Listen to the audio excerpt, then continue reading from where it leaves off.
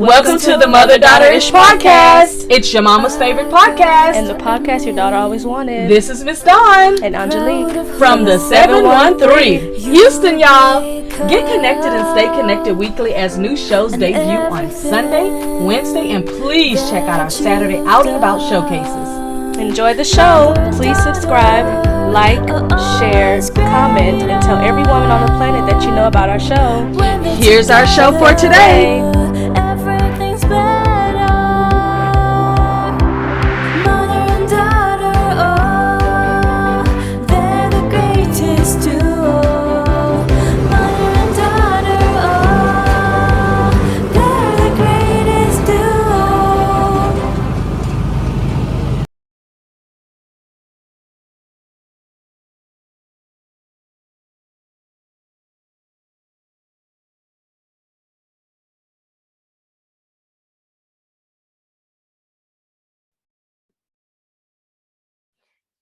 June the 19th, and hello mothers and daughters. I have such an interesting show for you today that I just had to give you a visual of what I was talking about instead of just coming right in and talking about it.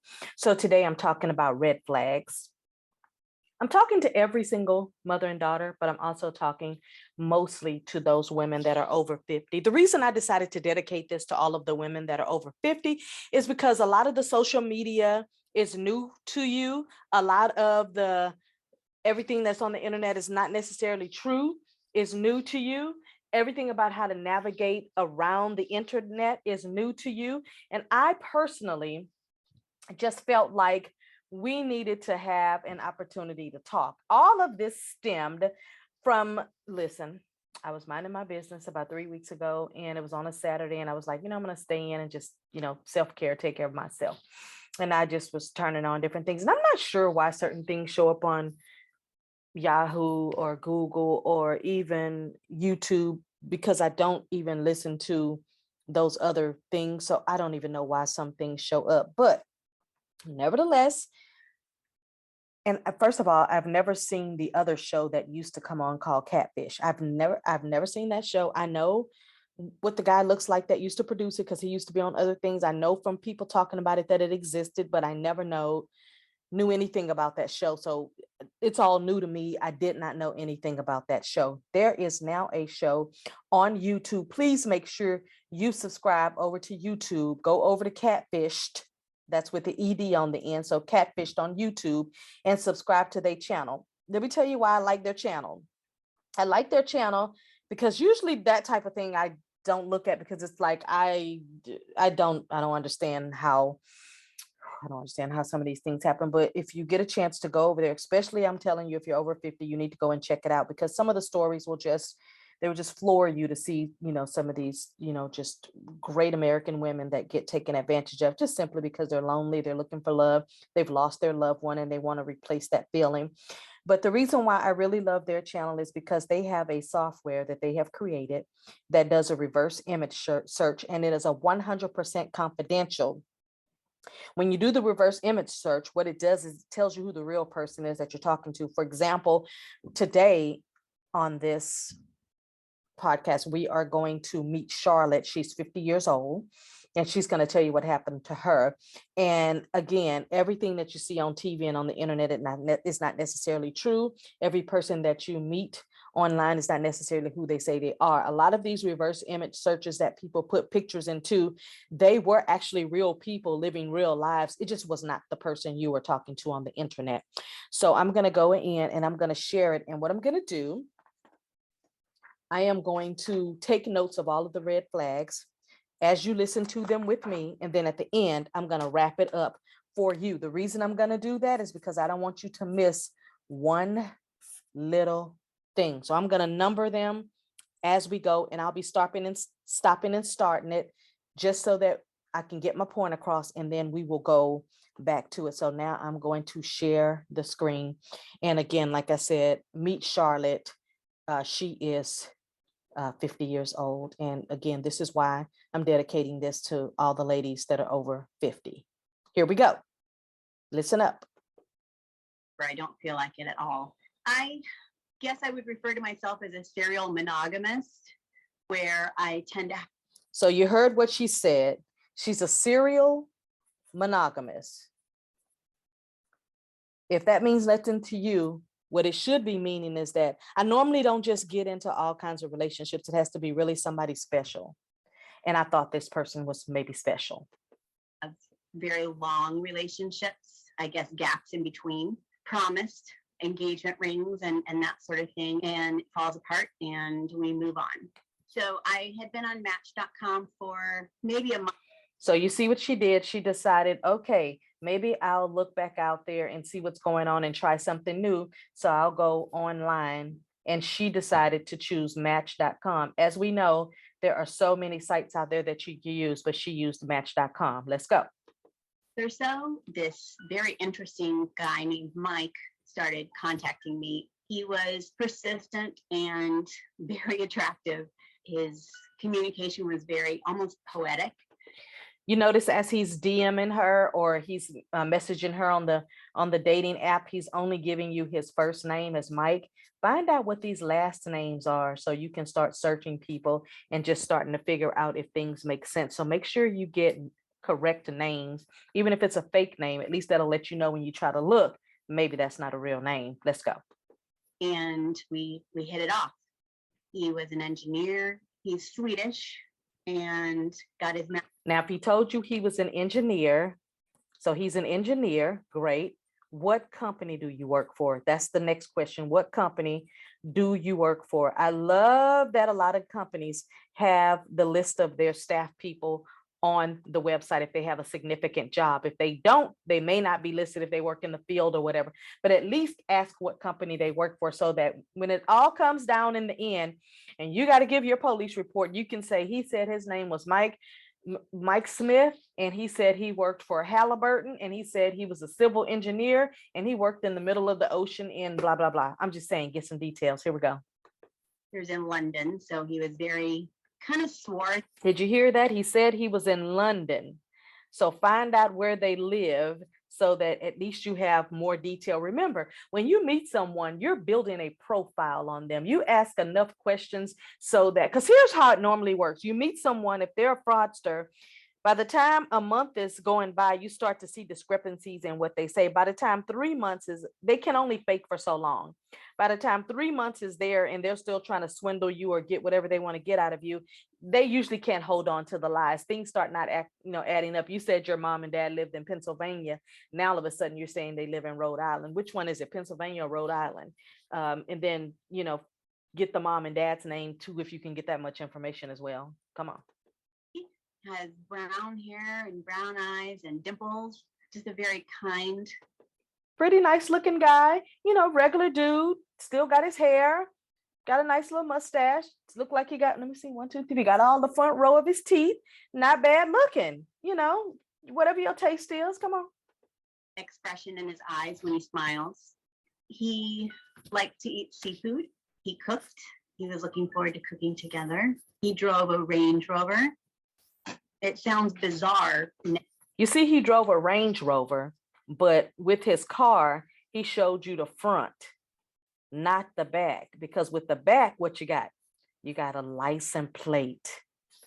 Now, I would have zoomed in to the registration if it was on the car. And different countries, different states have registration in different places. But if you're from Texas and your registration is in the front, I would have zoomed into the registration. On the registration is the VIN number. If you go and listen, y'all don't want to mess with me. If you go into Carfax and you put a VIN number in, it'll tell you every owner of that car. Let's go. Looking back, because I had never met him in person, but he knew me. He swept me off my feet. We were just meant to be. So when we first started talking, he was local. He lived in Orlando, but shortly he had a job up in New York and said, don't be mad at me, but I have a job that I really need to take. And it's in Canada and it's going to be for 6 weeks. And think about that. That should be okay if you're talking to somebody who's local and they're going to get a job in another country or another state or another territory. That should always also be okay, because just because we're together, we're not married yet. I'm still living my life. I'm still doing my thing, because I'm one of those girls who, as long as we're dating, I'm still available. You're still available until you mark your territory by asking me to marry you or putting a ring on my finger. Like when I was young, look, I told y'all in my mind, I live in the 40s, but that's way before I was born. But when I was young, by the time I was 16 years old, I had a promise ring from somebody I met when I was 14. By the time I was 18 years old, I had an engagement ring. By the time I was 21, I had a wedding ring. That was literally the only way it could go. There was not going to be no promise. No, nah, let's go.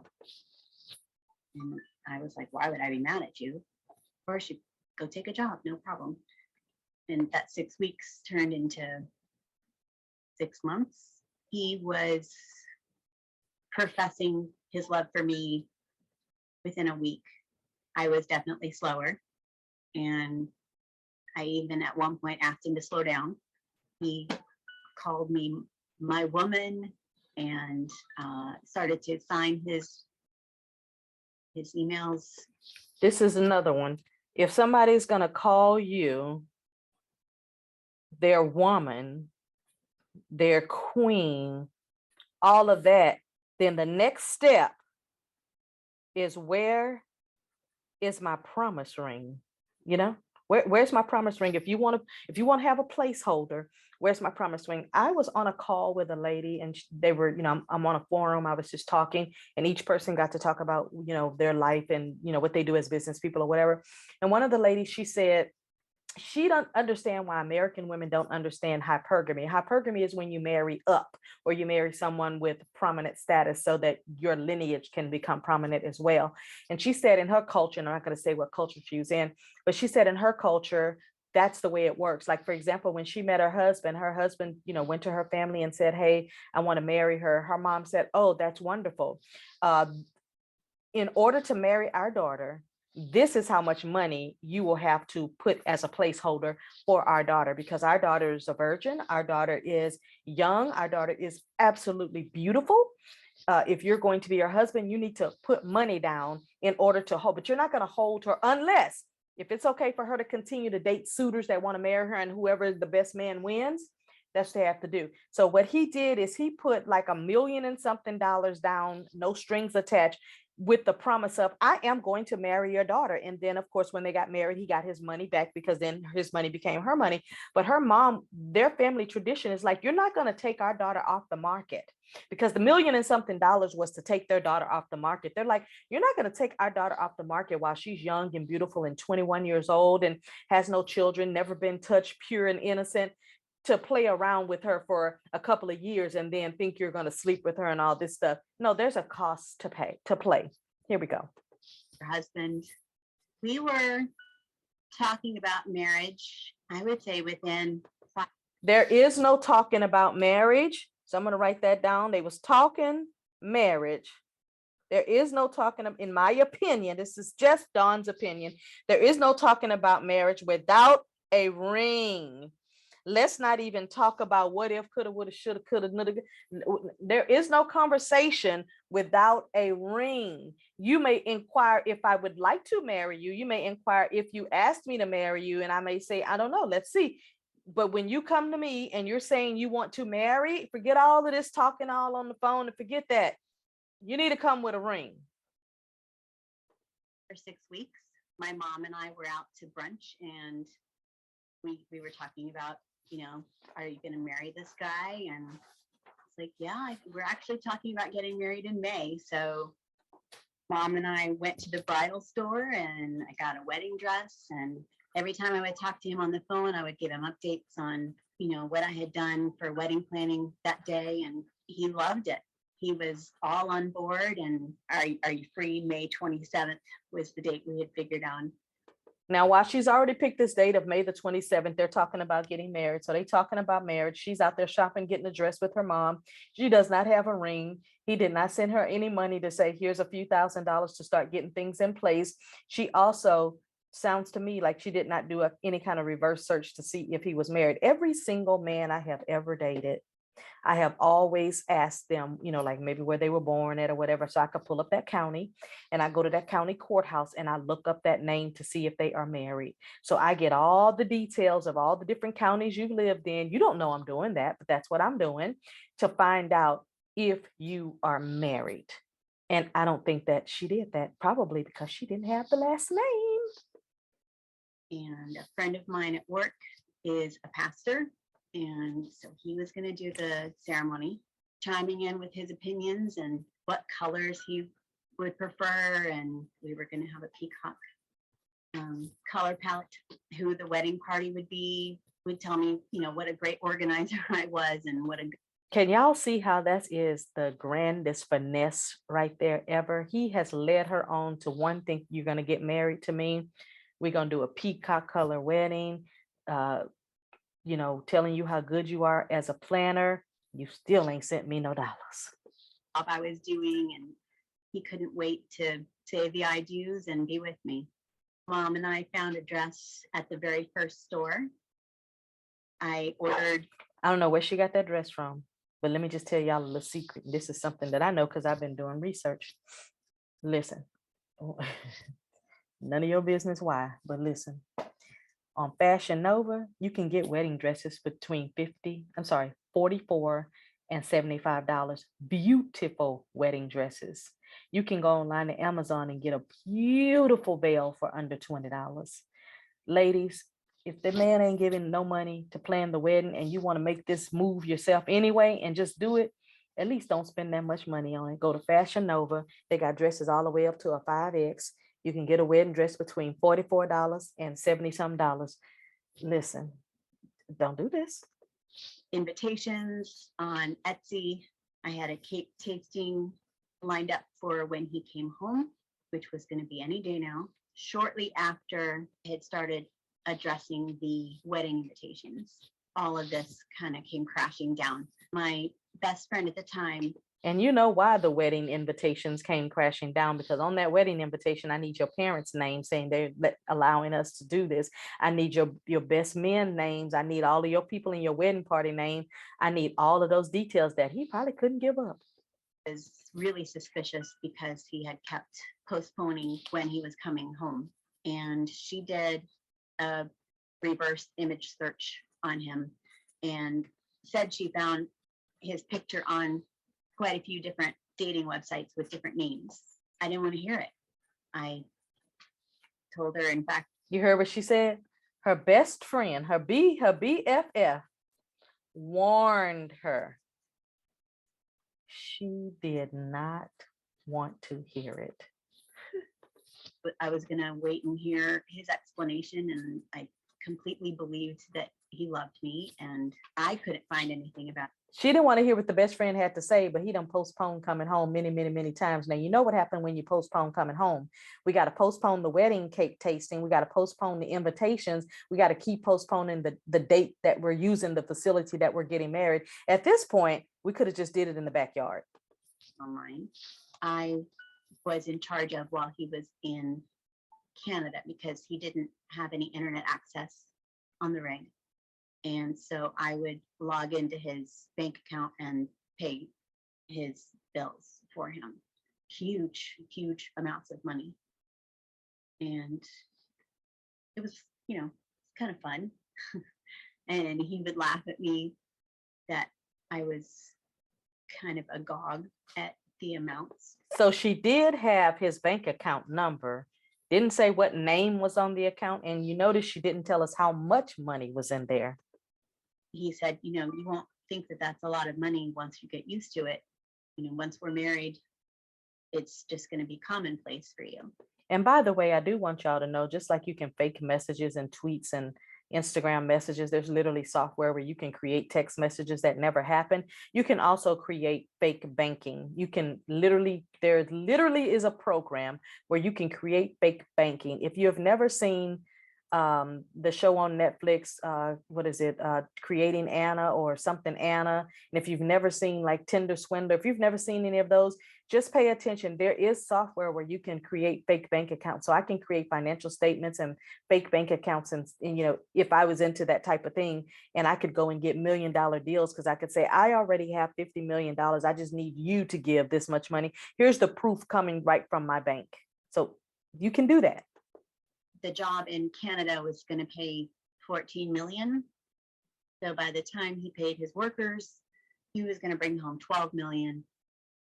And, we would be comfortable, and that wasn't his last job. And I know he asked me for gift cards. He would say, you know, $600. And I would say, babe, I don't have $600. So you see how this is starting to make sense about the fake banking, fake banking. The reason why it's the fake banking is because, so like what I want to say is it's the fake banking for me.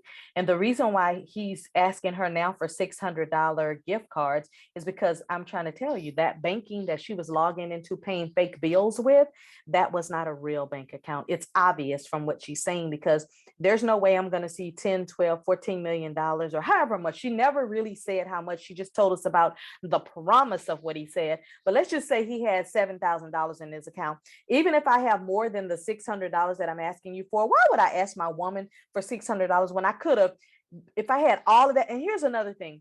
If he had all of that money in his account for her to pay his bills, and she said her words were large sums, then why didn't she say, well, babe, can I get $1,500 so I can go ahead and pay on some of the stuff for the wedding?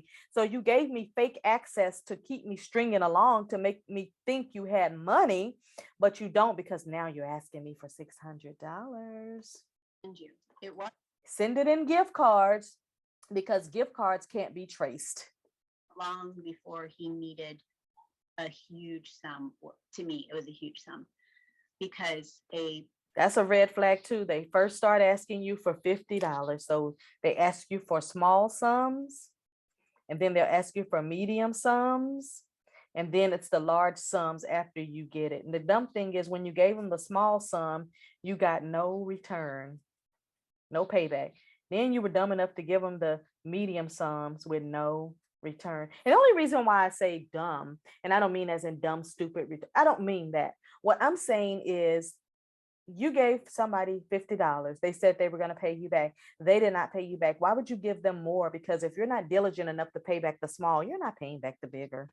Art had broken on the rig since he was the contractor. He was responsible for replacing it. So he asked me for, I think he started with $100,000. And I said, that's 2 years salary for me. Can you ask your dad for it? No, I'm not going to ask my dad for $100,000. It's not going to happen. He asked her to ask her father for $100,000 for him. The same man that had all these fake large sums of money in his bank account, the same man who says he's going to come home and marry me. Ask your father for the money. I don't care where you get it from. Just get it from somewhere and get it to me. I took a home equity loan out on my house. And even the guy at the bank was saying, well, that's so weird that the company, the oil rig company, wouldn't pay for this broken part. And I said, I know, but you hear that? That's crazy. I had a really, really good friend in Florida. I'm not going to say her name. She's still my friend today. And she was dating a guy from Jamaica on the computer. And he had told her he was on the way to see her. Yeah, he got everything together. He got on a private jet and everything. She didn't ask for the number. She didn't ask for the flight, because there is an app where you can check every flight that's in the sky. Like, I can go right now for fun and I can pull up and see every flight of where it's going in the sky right this moment. If somebody said, hey, I'm on flight 239 and it's headed to New Zealand, I can literally track to see if that's, first of all, if that's a real flight number. Second, if it's actually going to New Zealand and when it's going to land there. And if I really want to get deep, I can find out who's on that travel log as well. You can get that information in emergency situations. But the other thing, what I'm saying is that, you know, he's asking for large sums of money, but you haven't even given me a ring to show me that you're even serious about me. Get it from your daddy, he said. I don't care. Just get it to me. he keeps telling me I don't understand how the business works. And that's what I was going to say. When she went to her bank, her banker was smart enough to tell her, you know, why isn't his business? Because he's saying something happened with the oil rig and that he needed to get the $100,000 from her. Everybody know when you're dealing with anything in the oil business, you know, you got business insurance. Stop this. You have business insurance. There are girls who do hair on the side mobile hair business who have liability, who have insurance, who have theft insurance, who have a little bit of insurance to cover in case something happens. So the fact that somebody tried to bring this attention, her sister and friend tried to tell her, her best friend, I mean, and then now the bank is trying to tell her. It's the same thing. Like I bought a car that came from Japan. When I went into, I had vetted this person. Other people in my club bought cars from him. I knew he was the real deal because took him through 3 months of vetting him. Everything. I looked up his company in Japan. I did everything. And I had a checklist, even everything I needed from him. So researched his name, face, everything. Went into the bank and the lady said, now listen, when you pay this amount of money because it's being wired, once we hit the wire thing and we get it, even while you're sitting here, we can't pull it back. So I showed her all of my paperwork and everything. She had me sign a form that says, oh, well, if you lose your money, oh, well. And I was like, okay, everything went well. My car made it here. Everything was fine. I'd buy from him again. He's the one in charge of replacing the part, and he really needs the money so he can come home. I signed it for, gosh, it was something crazy like 6 weeks at the She borrowed $100,000 for 6 weeks. Interest rate. And oh, it was no problem. He would definitely be home by then and pay it all back. So I had a copy of his passport. My mom asked me for it, and she sent it to my cousin who works in the FBI. That's another thing they do. I don't know if you know this as well, but you can get a fake passport. I can pay somebody $25 right now and get a fake ID. I can get into any place I want to with that fake ID. I can also pay somebody another $50 and get a passport and go anywhere with that passport. So you can get fake IDs and fake passports. And the catch to it is that if you're going through a federal type of thing, once they put that barcode number in there, if it does not come up in that system, and since these people, well, I can't say if they work in the system or not, but if the people who do your passports and IDs don't work for the passport or the ID department, they can't back you up. I'm not saying that I know anybody. Okay, let's move on. Confirmed that the passport was bogus.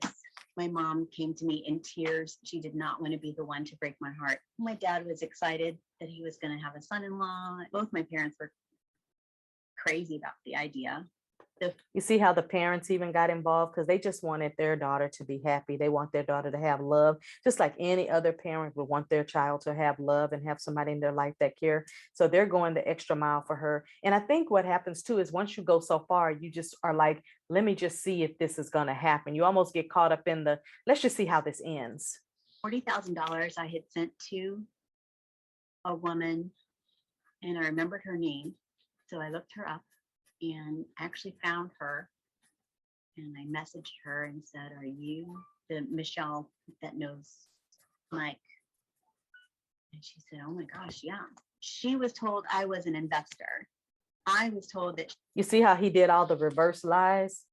So he told his woman to send the money to his financial advisor. This sounds just like on that Anna, Inventing Anna. Then he told the lady, Michelle, that she was an investor, probably because he had that lady some kind of way involved, and he was trying to prove to her also that he had money coming in because he probably had also borrowed money from that lady. See, you don't know. He was a broker for the part on the rig. So that's why I sent the money to her. By that point, I said, you send me my money back. And she had already forwarded it on because that's where the part was being manufactured. After the wedding got called off, and I guarantee you wherever that money went, where that fake part was supposed to be reserved, was probably to one of his buddies that had set up a fake account as well. Up again. He at that point was in Cape Town. The part was taking too long to get to Canada, so he went himself to get it. He constantly needed money to buy more electricity because you paid for it by the day, apparently. He needed money for food. He'd go out and get day work down at the docks. He would go and get jobs that would last a day or two. Now go back in your mind. Just not too long ago, he made her, so I'm gonna put a question mark. He made her a promise that he was about to make $12 million. Remember, he was going to make 14. See, I remember everything. Said he was going to make 14 million, and then 2 of that was going to go to the employees. Where is the money? And he would make the money stretch. When I was tapped out, my accounts were tapped out. He started to have. So you love me, you want to marry me, you're trying to get home to me. You know, all that is fake anyway. But you're putting me in a debt situation where now I could lose everything. My family doesn't want to trust you. You know, you're putting me in a very precarious situation. Business associates who owed him for previous jobs send me checks. Here we go with the I'm waiting on that money so I can pay you that money. So then we'll have money. When there's nobody who owes him, there's no checks coming in, you are not getting your money. He referred to me as his wife, and they would send checks to me, which I deposited, and then I would take. Check this out. A cash advance on my credit card to send to him. And then lo and behold, the check would bounce. I got kicked out of or asked to leave a couple. So many bounce checks. She was asked to leave the bank. Banks. This happened more than once. The checks would bounce. Before they would bounce, I had taken the money out already. When the first check bounced, you just need to do me wrong once. I don't give you no. Sent it to him. And so I'm left holding the bag. You know, I would beg him to stop using me this way. Don't use my account anymore. Find some other way to do this. I'm sorry. And believe it or not, these banks will cash these checks, because I had a friend that I used to work with. We were business partners together, and her mother was elderly, of course, in her 70s or 80s, or maybe her 80s. And she had people call her on the phone, and she had won this big lump sum of, $80,000. And they told her, just send us the $3,000 so we can forward you the money. And so what they would do is she would pay them.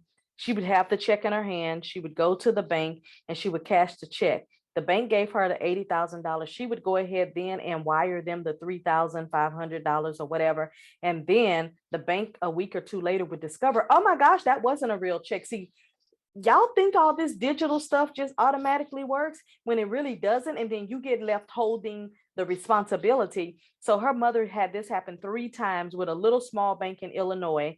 And the bank kept cashing the checks until eventually they just said, we're not cashing any more of those fake checks. Upset with her, ruins her, reputation with them. But, they're looking at, okay, she's elderly, she's getting scammed. She had that happen with her with, people trying to sell her internet. She had it happen with those checks. But see, what happens is once you forward them and wire them the $3,500 or however, some of them was $6,000. Once you send them the money, you actually have the cash in your hand. Then what happens is that the bank wants their money back. You've already invested it, spent it, gave it away, helped your family or whatever. You don't have that cash now. The problem is those people that receive the money, they've already closed that internet bank account down. So there's no trace of them because they used fake names anyway with fake IDs, opened up fake accounts with passports and stuff. They got their money, pulled their cash out, and now they're on to another scheme to a whole nother country. It's just the way it works. Now that was over 10 years. Yeah, that was over 10 years ago. So this has been happening for a long time. Babe, you're the only one I have, because I had so many monthly payments I had to buy. I had to pay these creditors. I would cry on the phone to him, and I can't take anymore. I was working 3 side jobs aside. Y'all heard that? Even the dog in the background said, I don't know how you did that, mama. My full-time teaching job, just to keep my head above water. I stole a gallon of milk. That's how desperate I was. And that still really, really bothers me. Y'all hear the dog in the back? The dog said, we had to steal some milk because that buster did what he did. And now mama almost had us not having a place to live. I tried to tell her, y'all, that's what the dog said. I have one voicemail from him that I just can't delete. Doesn't he look nice there? Doesn't he look like a very nice, innocent man? Doesn't he look like he would just, look into your eyes and love you? Y'all listen. This is the one voicemail that she said she cannot get over. She cannot get over this sweet voicemail. She still today saved it, even though she knows the real deal. Listen closely. Sweet love, how are you doing, Dave? I just want to hear your voice this morning and know how you doing. Okay? Try text me so I can call you before you get to work. I love you. Take care, love. Take care. I love you. Bye. And that's the only voicemail he ever left me. But I can't bring myself to delete it.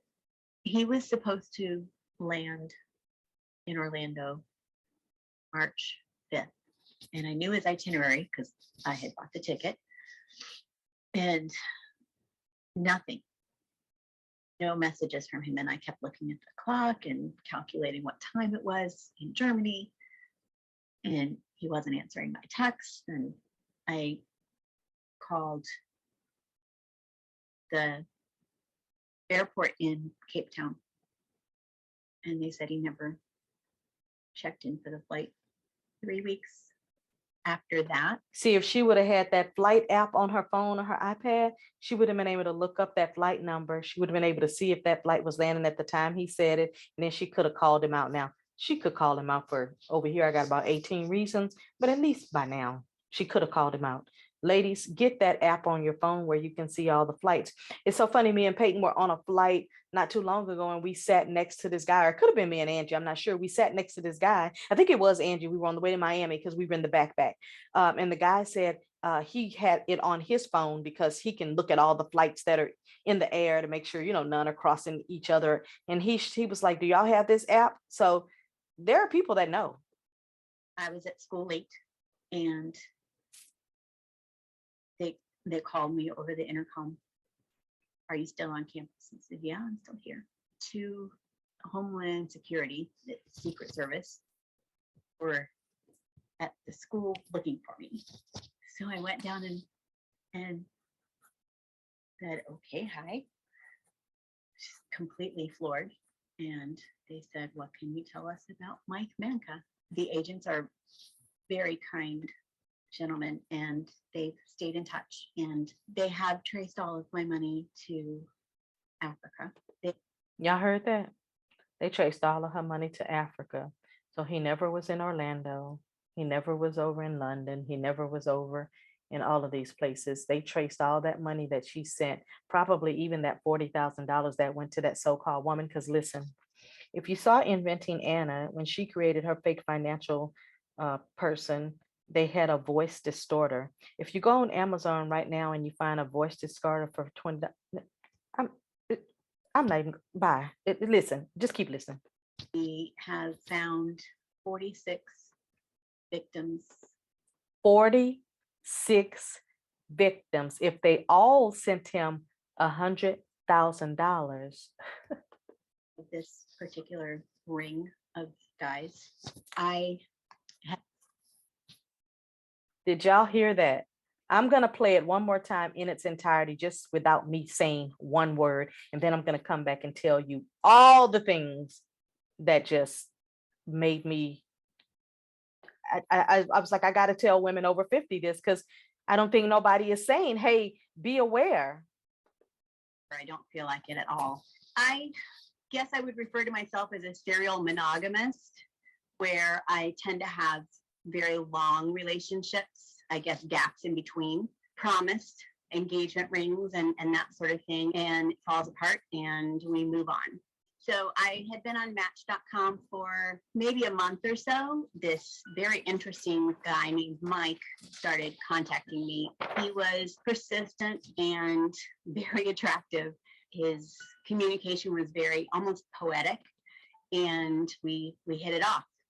He was an engineer. He's Swedish and got his master's in London. So he was very kind of swarthy, has brown hair and brown eyes and dimples, just a very kind expression in his eyes when he smiles. He liked to eat seafood. He cooked. He was looking forward to cooking together. He drove a Range Rover. It sounds bizarre now looking back because I had never met him in person, but he knew me. he swept me off my feet. We were just meant to be. So when we first started talking, he was local. He lived in Orlando, but shortly he had a job up in New York and said, don't be mad at me, but I have a job that I really need to take, and it's in Canada, and it's going to be for 6 weeks. And I was like, why would I be mad at you? Of course, you go take a job, no problem. And that 6 weeks turned into 6 months. He was professing his love for me within a week. I was definitely slower, and I even at one point asked him to slow down. He called me my woman and started to sign his emails, your husband. We were talking about marriage, I would say within 5 or 6 weeks. My mom and I were out to brunch, and we were talking about, you know, are you going to marry this guy? And it's like, yeah, we're actually talking about getting married in May. So Mom and I went to the bridal store and I got a wedding dress. And every time I would talk to him on the phone, I would give him updates on, you know, what I had done for wedding planning that day. And he loved it. He was all on board. And are you free? May 27th was the date we had figured on. And a friend of mine at work is a pastor. And so he was going to do the ceremony, chiming in with his opinions and what colors he would prefer. And we were going to have a peacock color palette. Who the wedding party would be, would tell me, you know, what a great organizer I was and what a good job I was doing. And he couldn't wait to say the I do's and be with me. Mom and I found a dress at the very first store. I ordered invitations on Etsy. I had a cake tasting lined up for when he came home, which was going to be any day now. Shortly after I had started addressing the wedding invitations, all of this kind of came crashing down. My best friend at the time was really suspicious because he had kept postponing when he was coming home. And she did a reverse image search on him and said she found his picture on quite a few different dating websites with different names. I didn't want to hear it. I told her, in fact, I was going to wait and hear his explanation, and I completely believed that he loved me, and I couldn't find anything about him online.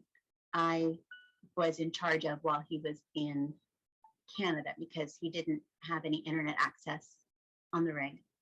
And so I would log into his bank account and pay his bills for him. Huge, huge amounts of money. And it was, you know, kind of fun. And he would laugh at me that I was kind of agog at the amounts. He said, you know, you won't think that that's a lot of money once you get used to it. You know, once we're married, it's just going to be commonplace for you. The job in Canada was going to pay 14 million. So by the time he paid his workers, he was going to bring home 12 million. And, you know, we would be comfortable, and that wasn't his last job. And I know he asked me for gift cards.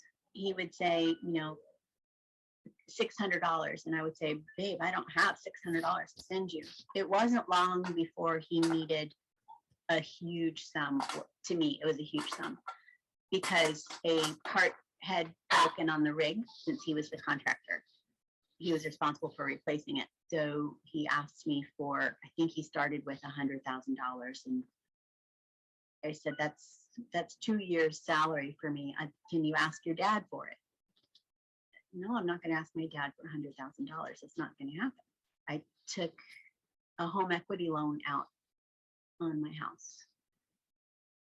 And even the guy at the bank was saying, well, that's so weird that the company, the oil rig company, wouldn't pay for this broken part. And I said, I know, but he keeps telling me I don't understand how the business works and that he's the one in charge of replacing the part, and he really needs the money so he can come home.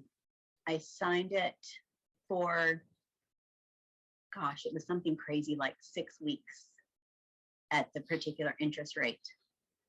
And oh, it was no problem. He would definitely be home by then and pay it all back. So I had a copy of his passport. My mom asked me for it, and she sent it to my cousin who works in the FBI. He confirmed that the passport was bogus. My mom came to me in tears. She did not want to be the one to break my heart. My dad was excited that he was going to have a son-in-law. Both my parents were crazy about the idea. The $40,000 I had sent to a woman, and I remembered her name. So I looked her up and actually found her. And I messaged her and said, are you the Michelle that knows Mike? And she said, oh my gosh, yeah. She was told I was an investor. I was told that she was a broker for the part on the rig. So that's why I sent the money to her. By that point, I said, you send me my money back. And she had already forwarded it on because that's where the part was being manufactured. After the wedding got called off and we started up again, he at that point was in Cape Town. The part was taking too long to get to Canada, so he went himself to get it.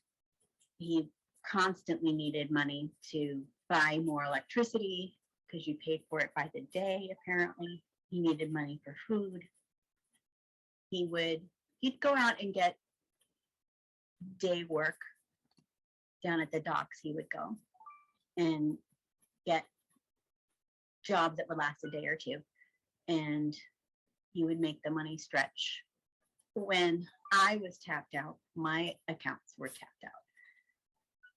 He started to have business associates who owed him for previous jobs send me checks. He referred to me as his wife, and they would send checks to me, which I deposited, and then I would take a cash advance on my credit card to send to him. And then lo and behold, the check would bounce. I got kicked out of or asked to leave a couple different banks. This happened more than once. The checks would bounce. Before they would bounce, I had taken the money out already and sent it to him. And so I'm left holding the bag. You know, I would beg him, stop using me this way. Don't use my account anymore. Find some other way to do this. I'm sorry, babe, that you're the only one I have. Because I had so many monthly payments I had to buy. I had to pay these creditors. I would cry on the phone to him, and I can't take anymore. I was working 3 side jobs aside from my full-time teaching job just to keep my head above water. I stole a gallon of milk. That's how desperate I was, and that still really bothers me. I have one voicemail from him that I just can't delete. Sweet love, how are you doing, Dave? I just want to hear your voice this morning and know how are you doing. Okay. Try text me so I can call you before you get lost. I love you. Take care, love. Take care. I love you. Bye. And that's the only voicemail he ever left me. But I can't bring myself to delete it. He was supposed to land in Orlando March 5th. And I knew his itinerary because I had bought the ticket. And nothing. No messages from him. And I kept looking at the clock and calculating what time it was in Germany. And he wasn't answering my texts. And I called the airport in Cape Town. And they said he never checked in for the flight. 3 weeks after that, I was at school late, and they called me over the intercom. Are you still on campus? I said, yeah, I'm still here. To Homeland Security, the Secret Service, were at the school looking for me. So I went down and said, okay, hi. She's completely floored. And they said, what can you tell us about Mike Manka? The agents are very kind gentlemen, and they've stayed in touch, and they have traced all of my money to Africa. They have found 46 victims of this particular ring of guys.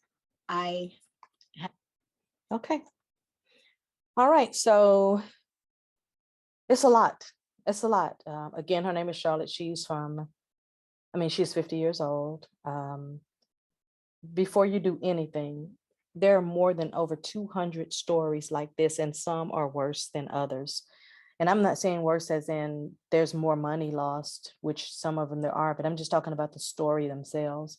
There are stories on there where people wanted to leave their spouses to go be with the scammer, even after they knew there was a scammer. There's a lady I was just watching the other day, and she is over 65 years old. Her husband had just died. She was sending this guy so much money, and then she said she still want to talk to him. So it just shows me that people are lonely. They want to just have somebody to talk to, and that's fine. Keep talking, but close your purse. So I'm going to go back over this and then I'm going to end this, but I had to share this. And again, make sure you go to Catfished with ED on the end on YouTube and subscribe to their channel, please.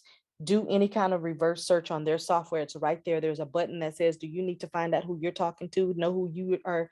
It says on there something like, make sure that you find out who the real person is, and you can put their picture right in there. And the way you do that is you just take the picture and you just slide it into the box and it'll come up, or you can pick it from your desktop. And now that there's so much facial recognition, you can pretty much find out anybody. Just like I know when people are spying on my pages on Instagram, because, sometimes Facebook and Instagram will, tell on them and tell you so-and-so looked at your page, or this person looked at your page. And then I know, that person, we're not friends on certain social medias. And I'm like, oh, okay, so he's looking at my page or she's looking at my page. I don't care, because you can look all day long, but that's fine that you seeing my stories and all that stuff. That's not a big deal. But I do want you to know that sometimes people look to, see what you're doing. They want to look to be able to talk about you behind your back. They want to look to be able to build up a story on you of what they think you're doing and who you are. But listen to this. So here are some of the red flags and just some of the issues that I had throughout the whole 11 minutes. There was not 1 minute that I wasn't just like, what is happening here? And here it is. Listen, ladies over 50. So again, that was Charlotte. She's only 50 years old. And Charlotte met a man online that, she's serial monogamous, only, date long term. And then if it doesn't work out, everybody move on. So she was a serial monogamous. She decided to go online. She was only on there for a month when she met the guy named Mike.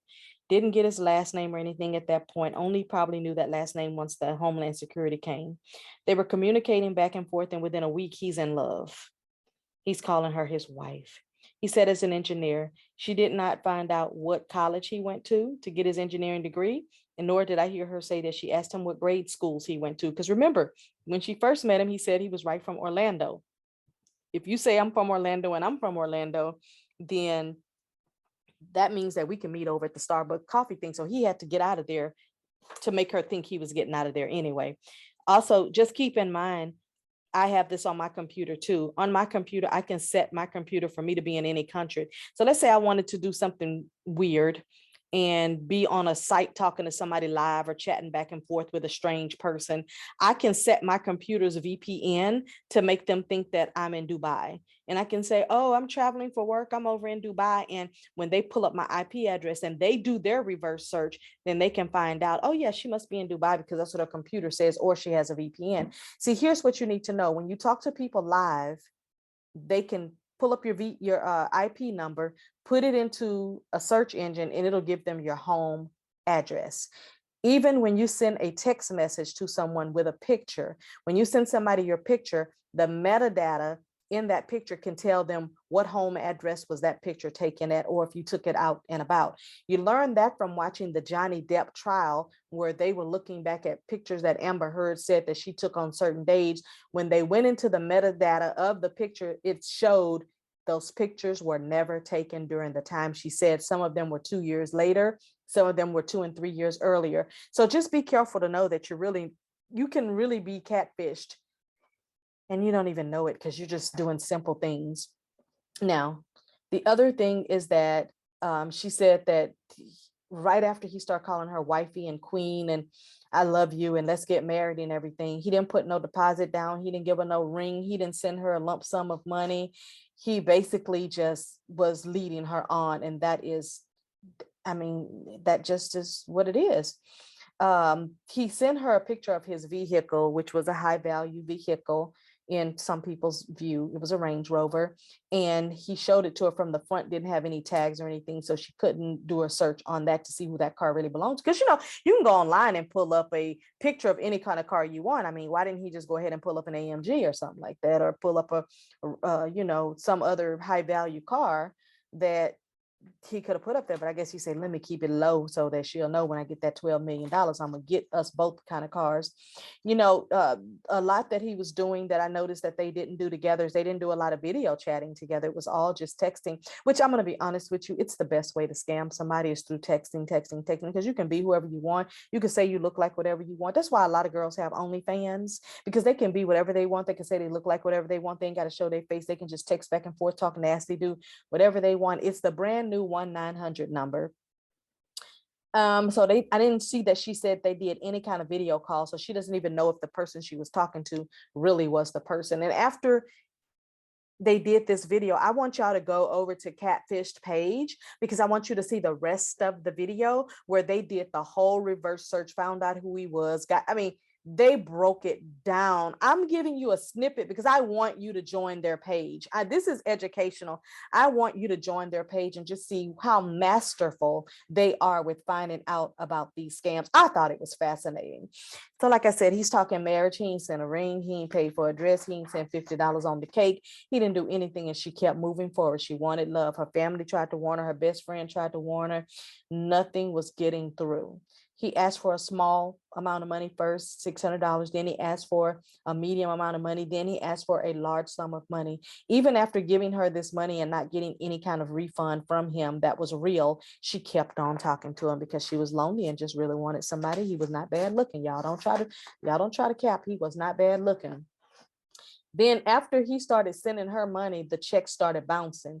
That's already so many red flags that I stopped counting after like 20 red flags. It was just too much for me. So then he's asking her to go get a loan for $100,000. She went and got $40,000 to send to him, sent it through a third party. We know that was his buddy that helped scam and probably got half of the money as well, because that's the way that works. They scam so many people. And since, you know, I may be the sexy sounding one on the voice distorter, but then you may be the one that actually can pull the scam off. And let me just do y'all a little favor. I'm gonna do a little research for you. It's gonna take me 2 seconds. So let's say you decide, okay, tonight I want to go ahead and get me a little job scamming people because they're making a lot of money.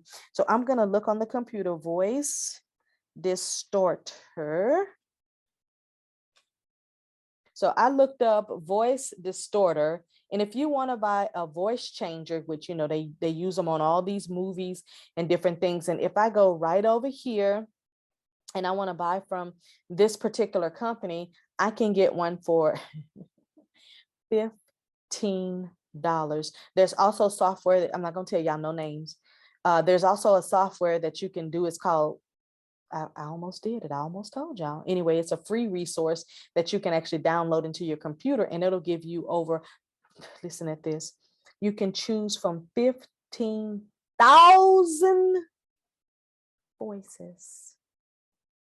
I'm sitting here literally scrolling through Google and I'm looking at it. And then it even tells you how to use a voice distorter. There's a whole video on YouTube, 5 minutes, tells you how to use it. You can use it through your microphone. You can create any kind of, you can do voiceovers whereby you can create a voice over a video, send it to your boo and tell your boo you just created a brand new video for them, knowing darn well that person ain't even you. They do it with celebrities all the time. Let me tell you a funny story. There's a person that I talked to back and forth on Instagram, and it's the real person. And then somebody saw me put a comment on their regular other page that is not their personal page. And this particular person had the audacity to just pick up their little fingers and dial my Instagram number. Because, on Instagram, there's a little button that you can say, make a phone call my Instagram and try to tell me they were this particular person and they had an African voice. And I said, this is the dumbest thing you've probably done today. But the person that I know very well does not even sound like you, is not from Africa, and does not even have your tone pitch. This is dumb. Try another game. And I hung up, and that person called back 2 or 3 times. And I was like, this is stupid. So then, of course, I learned how to block. And that's what I had to do. But that person called me and said, hey, baby, this is so-and-so. I know that you love me because you always post, happy stuff on my regular page. Like, you'll congratulate, or when that person puts something else, I used to say something. So I just stopped saying anything, because all of the scammers want to try to come after you to make you think, oh, I'm talking to so-and-so. No, you're not. Because if me and so-and-so was talking, the first moment they pick up their fingers to call me, I'm going to say, hit that little camera thing on your phone so we can FaceTime so I know it's you. I'm not going to just have a conversation. I'm too grown. It's just,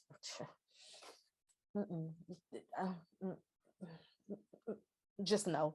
Okay, so he promised her that he was doing this job that was going to bring in $14 million. Okay, so everything got logged up because the piece on the rig broke. Couldn't get the piece on the rig, so he had to go start taking day jobs and stuff. First of all, the part on your company's rig breaking, what does that have to do with me? You're supposed to have insurance, and if not, I'm pretty sure you have business partners and stuff like that you can get money from. Why is that my problem? I'm not even your legal wife, so why even tell me? I don't even need to know. He kept promising her that he was going to give her money, but she ended up getting fake checks, and she got 3 of them that bounced. First of all, when you got the first one, why you get the other 2? I don't know. Then here we go. Homeland Security comes and tells her 46 other women have been scammed by this guy, and it all originated from Africa. The wedding got called off. Her $40,000 to $100,000 got lost. He lied about everything that he told her from the beginning to the end, even the broker that he said got the money to buy the part. She still kept talking to him, because 3 weeks later, he was going to come there on an airplane back to see her. She still wanted him.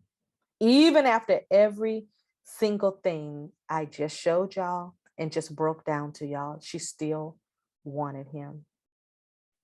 This lady lost nearly a year of her time fooling with this scammer. Hey guys, thank you for listening to the Mother Daughter Ish Show. Make sure you go over to Catfished and you subscribe to their page and look at the other stories. There's over 240 something stories. There's some are worse than the others. Some just make you want to cry. Some of them, you're looking at these older women and going, I already know why. I already know why. You're lonely. You've got disposable cash. Your husband probably has died, or you don't have one at this point and you just want some companionship. And it feels good to be just talking to somebody. And see, this is why I don't frivolously date, and I don't just date out of sport, because I don't want that kind of conversation. I don't want that kind of time taken away from me. I don't want to know about all of these other things. That's not exciting to me. I don't need that kind of companionship in my life, but everybody's different. But this show, again, is for specifically and especially for all the ladies over 50. If you enjoyed the show, make sure you give us a comment down in the comment box. Make sure you subscribe to our show, which is Mother Daughter Ish on YouTube. And please go subscribe to our Instagram page, Mother Daughter Ish _ so that you can know also when we have new shows coming out and some visuals. And we post maybe 3, 4, 5, sometimes 6 times a day on there. And it's just fun stuff, did you know type of stuff. We give tips and ideas. And again, our page is Mother Daughter Ish _ on Instagram and Mother Daughter Ish on YouTube. And we're just all focused on women. I'm so happy. I'm so happy that me and the girls, we created a podcast that literally can help every single woman on the planet. Thank you, mothers and daughters, for listening, and bye for now. And hey, don't y'all get scammed. Don't y'all get scammed. Bye.